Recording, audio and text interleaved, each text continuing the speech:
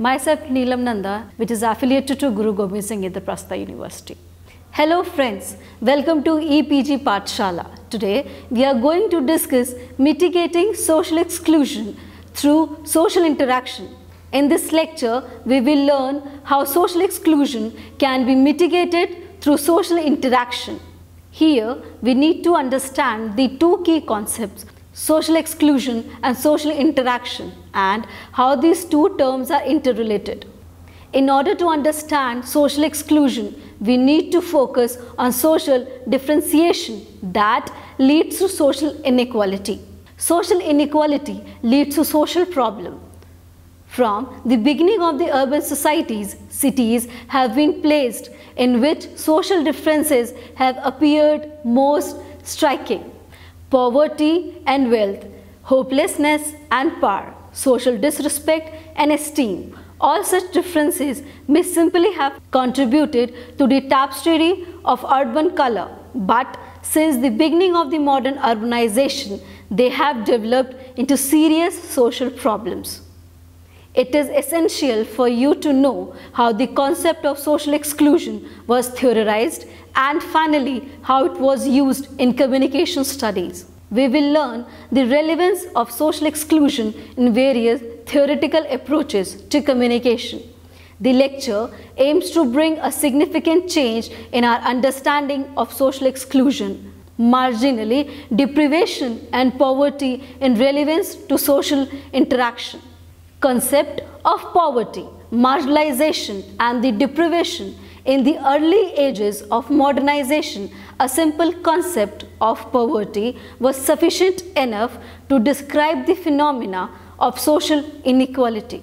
However, poverty discourse is often perceived as one-dimensional, reduced only to material deprivation, and secondly, poverty is a static concept. It describes a certain state of individual rather than the process of becoming poor. For these reasons, another concept of multidimensional, more dynamic and less value burdened was needed. There are at least a few such terms that have been used to describe the phenomena of social differentiations and equality. These include deprivation, marginalization, and exclusion. The concept of deprivation, especially relative deprivation, relates to the psychological feelings of individuals who perceive that they possess few social desirable goods than other similar people. The next alternative term, marginalization, originated as sociological concept from the media of the marginal man, presented by Robert Park in 1928 in his work Migration and Marginal Man, which attempts to explain the inconsistencies in the perceived value of individuals via reference to their social class, ethnicity, race, or culture. Park believed marginality results when individuals in migrant groups are barred by the prejudice from complete acceptance into dominant culture. The concept of marginality has since entered the sociological canon and continues to preoccupy sociologists. The frequency of marginality appears to have increased with the emergence of modern city, where the change and mobility are the norms. The structure of marginality reveals the four theoretical pure responses like pause, return, transcendence, and assimilation. Assimilation denotes the marginal person's absorption of the host culture standard in course of which he or she may sacrifice the beliefs and the practices of the original culture. The marginalization provides a more dimensional perspective than the concept of poverty. Dickey Clark, 1966, Germany, 1980, and it describes the structural situation of marginalized individuals and groups as well. The metaphor of living on the margins of society means not only that one experiences social and the cultural barriers, but above all emotional ones. Perhaps that is why marginalization as both theoretical and an imperial concept has not played a crucial role in the study of inequality. Concept of social exclusion, the concept of marginality, is also related to the social exclusion, which is usually defined as dynamic process of progressive multidimensional rupturing of the social bond of the individual and collective levels. The expression social exclusion is now widely employed in debate about the social politics of Europe. It is a new phase in English language argument, although it has a larger European history, particularly in France, where it has been used since 1970. To describe social integration, it has replaced the pejorative US import and underclass in the discussion about the poor in post-industrial society. Although the general idea of social exclusion began to emerge in France 1960, but it was not until 1980s that the social exclusion began to receive widespread use in the country. The term social exclusion is negligibly found in the work of social scientists in USA, but utilized extensively in Eastern Europe, Asia, Africa, and Central and South America. The concept of exclusion has had a greater career in both social research and social policy. It became more universal with time and came to be located at point of contact between sociology and social policy. The two words, social and exclusion, when we put together, conjoin society with the ongoing process as opposed to the timeless state. The term social exclusion is inherently dynamic, exclusive, happens in a time of history and determines the life of the individuals and collectivities who are excluded and of those individuals and collectivities who are not. Exclusions is something that is done by some people to other people. When we talk and write with social exclusion, we are talking about whole society which have consequences for some of the people in that society. In other words, the term social exclusion was initially used to describe the social situation of the poor. The term had the same meaning for the European Commission, which introduced it in its document at the turn of 1990s.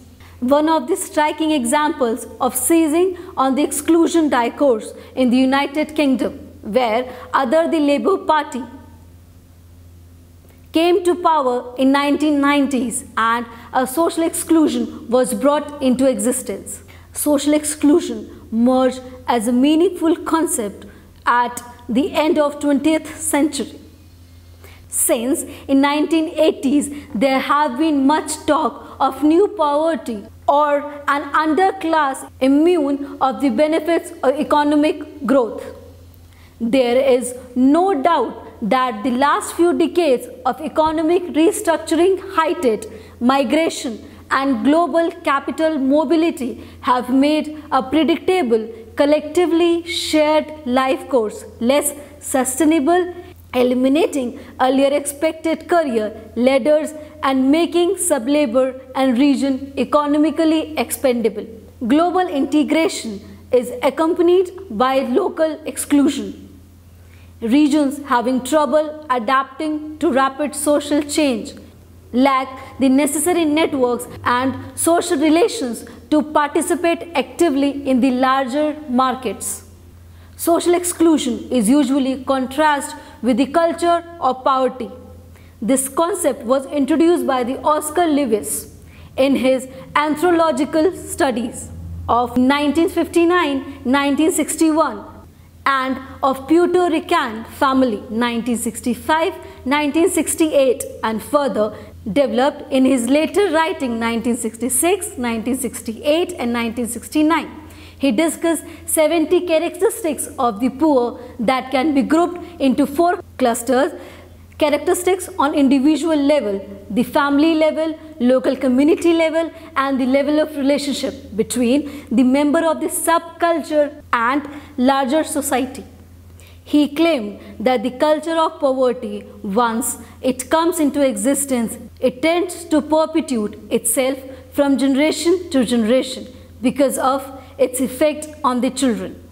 Social exclusion and so-called subaltern.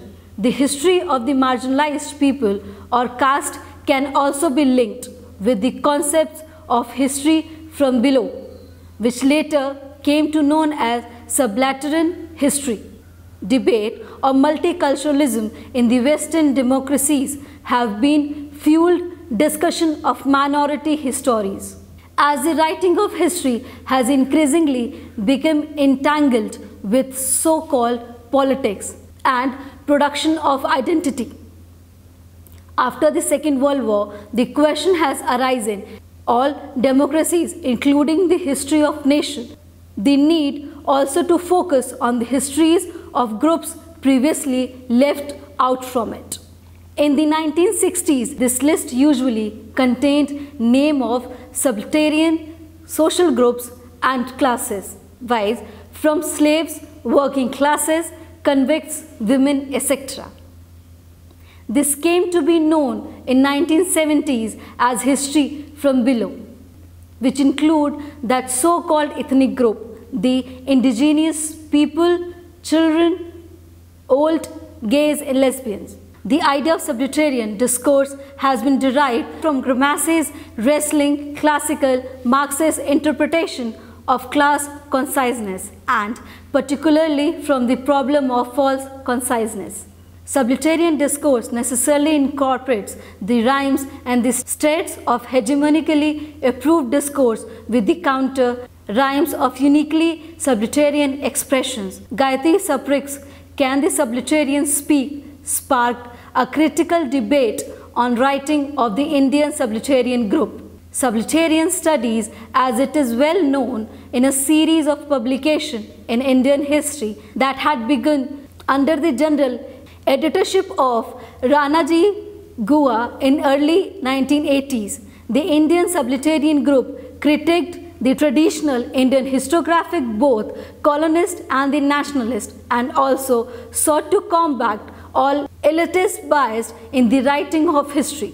The main aim of this group of historians is to make these subaltern subject of history to state them as agent in the process of history, to listen to their voice, to take their experiences and thought.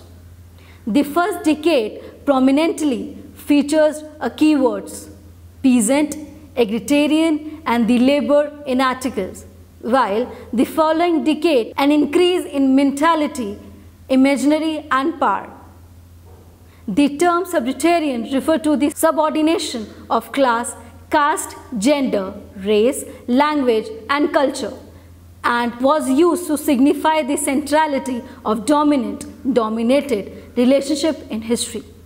Ranaji Gua suggested that while subaltern studies would not ignore the dominant because subalterns are always subject to their activities, its aim was to rectify elitics basis characteristics. It was called subaltern are thus part of socially excluded group.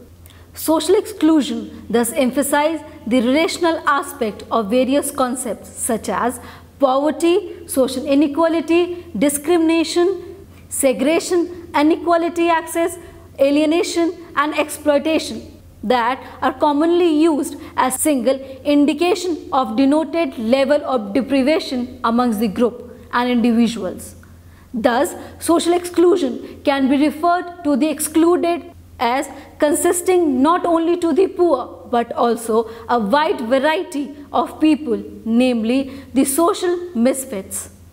There is no absolute social exclusion and an individual can be declared socially excluded only with respect to the society of which he is considered to be a member. Another relative feature is social exclusion depends on the extent of which an individual is able to associate or identify with others.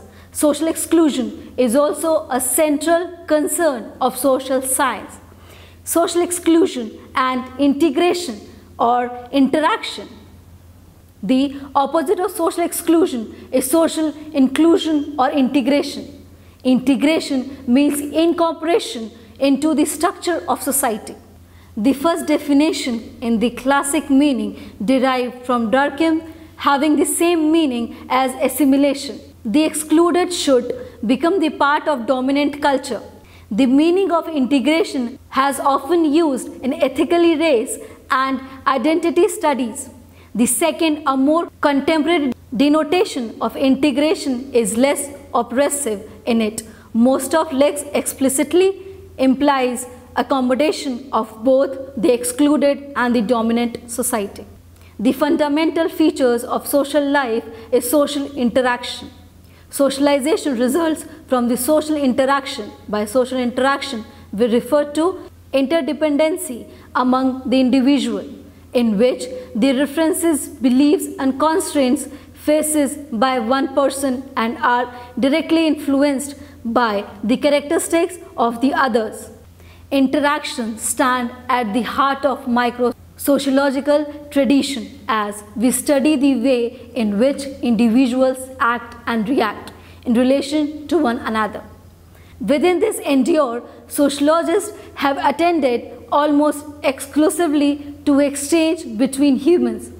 Most social theorists have argued the social interaction requires certain capabilities that only human possess. Weber, 1974, believes that those who lack this quality are merely reactive and hence involved in something non-social. Social interaction and media. The mass media of communication play the vital roles in the contemporary society to tell us who we are, who we should become, and why people interact with the media to construct their identities. Media act as a watchdog to protect public interest against malpractice and create public awareness. From the days aboard, media have remained an integral part of human civilization. The edicts of kings and the emperors like Chandragupta Maurya, Ashoka, to medieval Indian mass gathering to modern days. Audio, video and print media has always taken a pivotal role in shaping a society. During the days of freedom struggle, newspapers like Tilak's Maratha, Gandhi's Young India acted as platform to place the demands of common Indian nationalhood. During independence era, Indian media has grown up phenomenally and total comprise of more than 50,000 newspapers, hundreds of television and radio channels.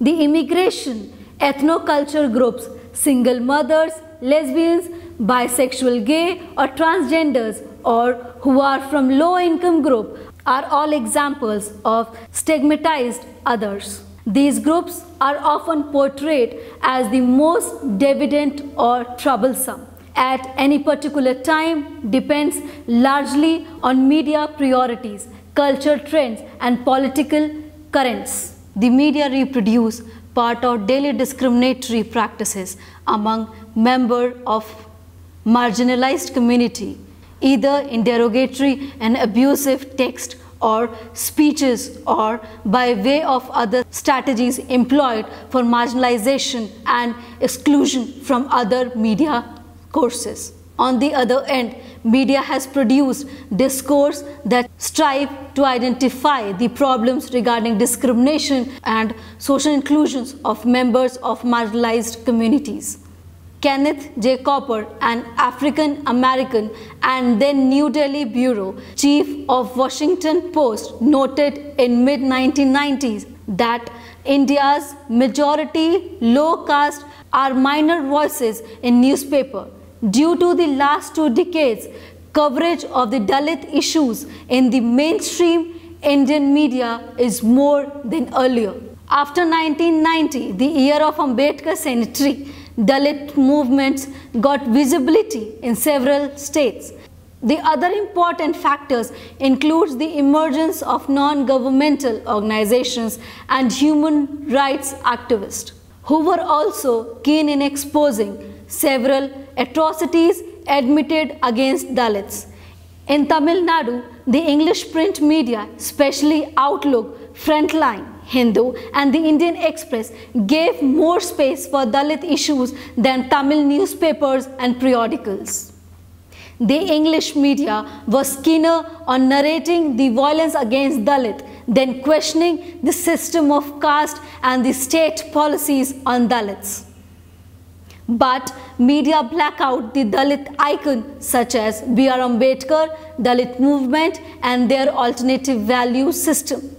Although media is forced to give space, but it operates on the ideology of reductionism, through which the universal idea of equality, fraternity and justice is reduced to the certain issues such as reservation. Through such reductionism, a third layer of marginalization is introduced, whereas stigmatization. So, while media may be discussing Dalit icons, movement and value system, there is a stigma attached to the media coverage of all of them. Therefore, Ambedkar, who is nowhere less than a chromatic national leader, will be stigmatized as Dalit leader and Dalit movement as only a movement for reservation. Issues such as caste, atrocities, landless labours, etc. will never be brought into discourse. However, as the English media operate at all India level, they have to exhibit themselves as progressive before the nation. At the same time, they were more too keen on narrating the violence against the Dalit than questioning the system of caste and state policies on Dalits. A little different picture has been noticed in USA regarding representation of the socially excluded classes. The American Society of News Editors, ASNE, found that the black or other social minorities comprised only of 3.95% of the journalist workforce in America. At the annual conference in 1978, it set a year 2000 goal. By 2000, blacks and others must have proportionate representation in all the American newspapers. To accomplish this goal, it was resolved that newspaper open a diversity department. Second, offer special scholarship to train black or other candidates in journalism and participate in annual newsroom, racial, ethnic census. The American module of diversity in newsroom is the best solution under representation of the Dalits in Indian media. This may raise a debate among the media owners about quality, availability, etc.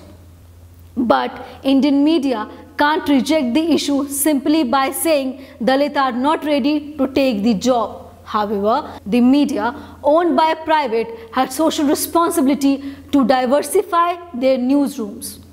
Thus, recruiting people from various social groups is not an easy process because journalism is a profession, so they must be trained by the profession.